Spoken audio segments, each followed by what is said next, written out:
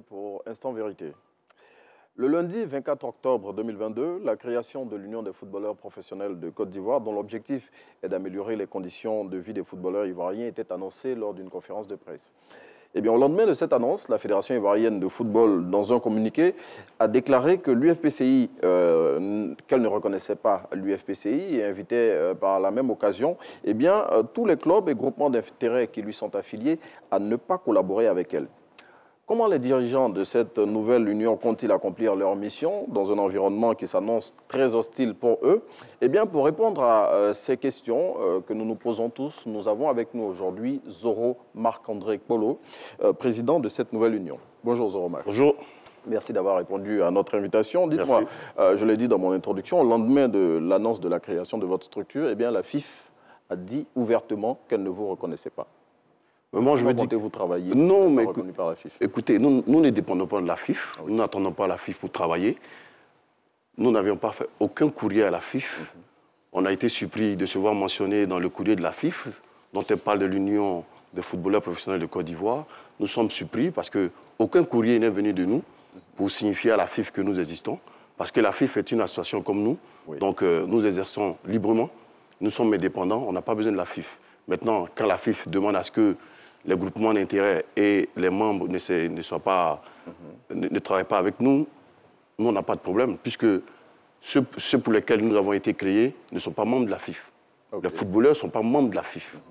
Ils participent à des activités organisées par la FIF. Ils participent à l'activité, mais ils ne sont pas membres actifs de la FIF. Donc, ils ont le droit de choisir qui ils veulent pour les protéger et pour les défendre. Bon, déjà, là, on va revenir là-dessus, mais votre union a été créée depuis près d'1 an. Oui. Elle ne date pas d'aujourd'hui, sa création. Pourquoi c'est maintenant que vous la présentez aux populations? Chaque chose a son temps. Nous étions dans diverses activités.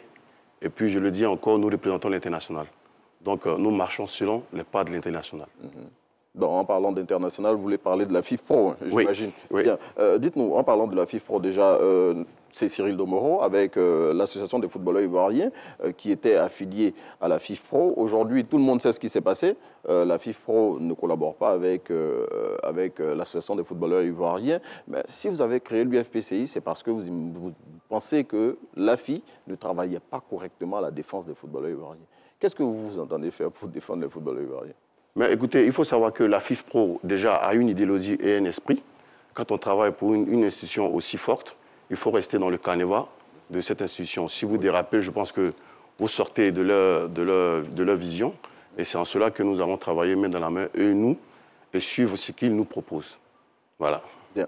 Vous venez de dire que vous n'avez pas besoin de la FIF pour exercer vos activités, mais je l'ai dit tantôt aussi, la FIF est l'autorité de tutelle qui organise tout ce qui est sportif en Côte d'Ivoire ici, en tout cas pour le football. Est-ce que vous ne pensez pas que c'est mal parti entre vous?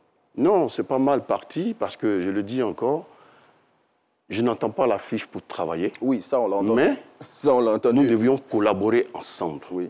Parce que, je le dis encore, les personnes pour lesquelles ce syndicat a été créé font partie, entre guillemets, de la FIF. Donc demain, s'il y a un souci, on va mentionner la FIF, on va faire un courrier à la FIF, au président du club.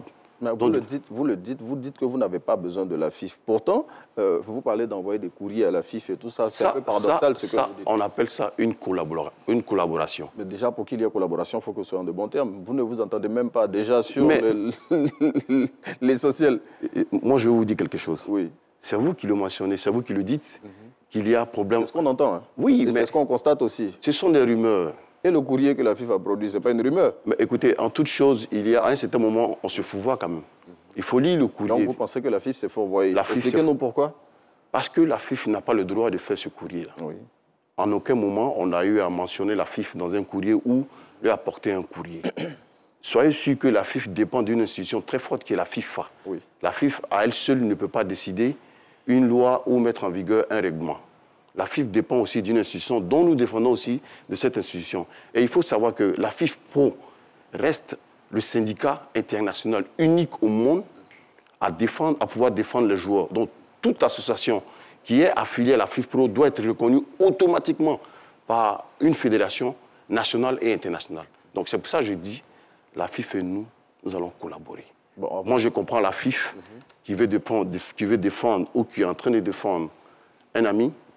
un frère, mais cela ne suffit pas pour que le football aille de l'avant. Quand vous parlez d'amis et frères, vous faites allusion à Cyril Domoro? Non, pas forcément. Je fais allusion à la fille. Voilà, je ne veux pas parler d'un individu. Parce qu'il faut savoir la fille est incarnée par Cyril Domoro. Zorma.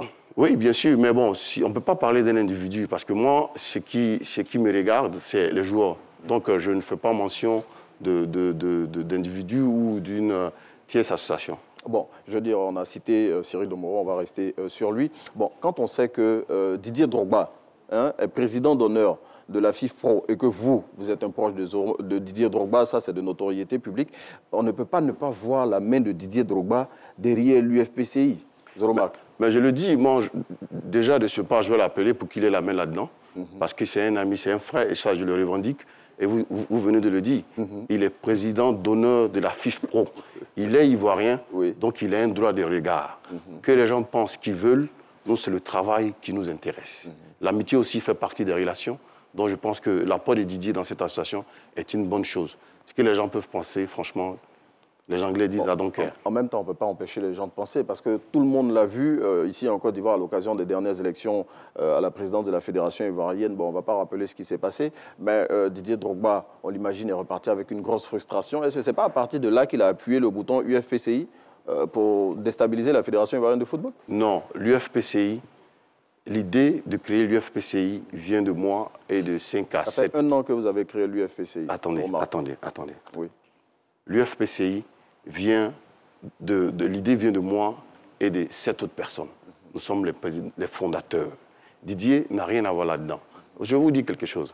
Ne restons pas figés sur ces pensées, sur ces discussions, pendant que ces joueurs-là vivent un calvaire incroyable, une tristesse. Moi, je vais vous dire, si vous aviez un frère, un ami ou un cousin qui joue au football en Côte d'Ivoire ici... On en a tous forcément... Ah, franchement, donc je pense que le fait de mettre Didier en exergue dans cette théorie ou parler de l'AFI ou parler de la FIF, je pense que cela ne va même pas exister. Bon, pour aller dans votre sens, nous avons reçu ici Bowo Sylvain en fin de saison dernière. Tout le monde le sait, qui est victime, qui est sous le coup plutôt d'une suspension de la FIFA pour dopage.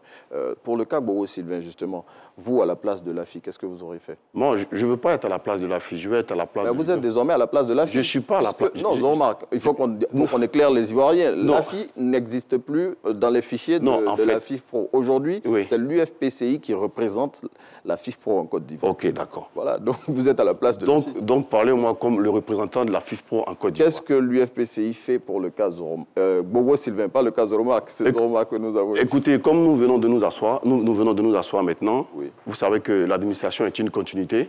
Donc, moi, j'aurais souhaité déjà que la FIF devait prendre en compte le problème Bowo. Mais comme elle n'a peut-être pas la capacité de le faire, aujourd'hui, c'est la FIFPro qui le fait. Parce qu'il n'y a pas de représentant ici pour l'international.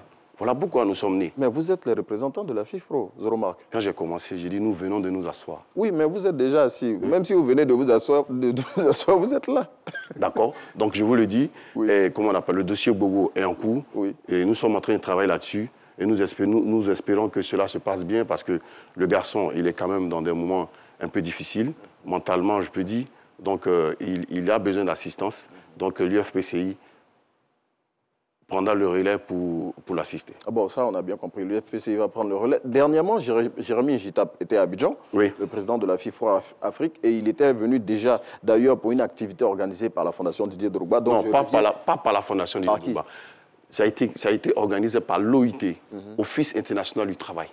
Par l'OIT. Voilà, par l'OIT. Didier Drogba y était bien assis. Il a été associé. Zoromark était là. Et là-bas, Jérémy Gitap a dit que l'AFI avait été suspendue parce qu'elle ne respectait pas les normes édictées par la FIFPro. Bon, pour vous qui venez de vous asseoir, qu'est-ce que vous entendez faire pour vous démarquer de l'AFI? D'abord, il n'a pas parlé de suspension. Il a parlé de le divorce est consommé. Oui, divorce consommé, c'est ce que nous disions tantôt, oui. Nous avons beaucoup d'offres pour nos jeunes frères, dont les assurances, la retraite, les awards. C'est rien de nouveau, c'est ce que la FI Non, attendez, cher frère. Est-ce que vous connaissez, vous avez vu le programme de l'AFI? Est-ce que vous avez suivi comment l'AFI a travaillé? Je ne veux pas parler de l'AFI, je veux parler de l'Union. On est obligé de parler de l'AFI, tant qu'on parle de l'UFPCI. Je ne veux pas faire... On est obligé de faire le parallèle. Je ne veux pas faire la promotion d'un individu ou d'une tierce association. Je veux parler de l'union des footballeurs professionnels de Côte d'Ivoire. Qu'est-ce que nous allons apporter? Qu'est-ce que nous offrons à nos jeunes frères? C'est ce qui est important pour moi. Écoutez, Didier Drogba, c'est mon ami, c'est mon frère.